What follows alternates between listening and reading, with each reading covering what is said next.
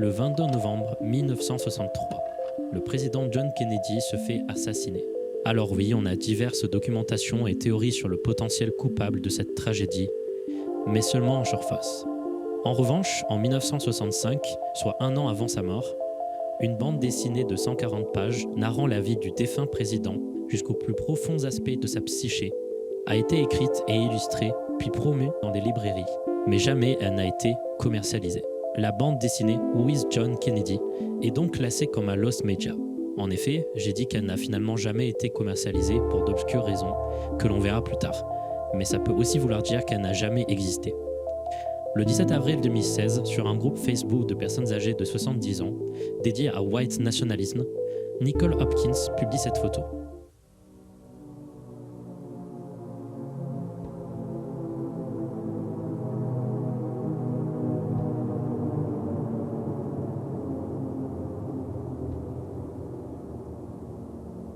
L'image était accompagnée de la légende « J'ai retrouvé cette bande dessinée de quand j'étais petite.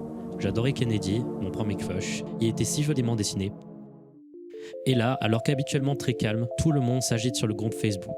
Tout le monde réagit à cette photo en disant que Kennedy n'était pas un si bon président, qu'il était moche en fait, jusqu'à ce que quelqu'un me dise « Mais elle me dit quelque chose cette BD ».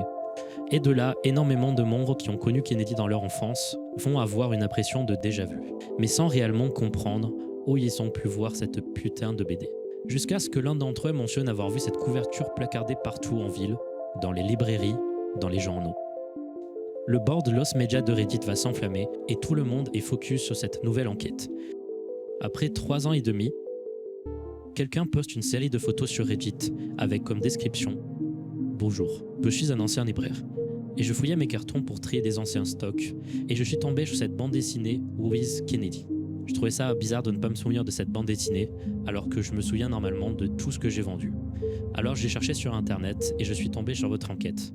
Il poste ensuite une vidéo qui non seulement montre la couverture en bonne qualité et l'intérieur de la bande dessinée, mais en plus explique pourquoi cette BD n'a jamais été commercialisée. Voici la vidéo.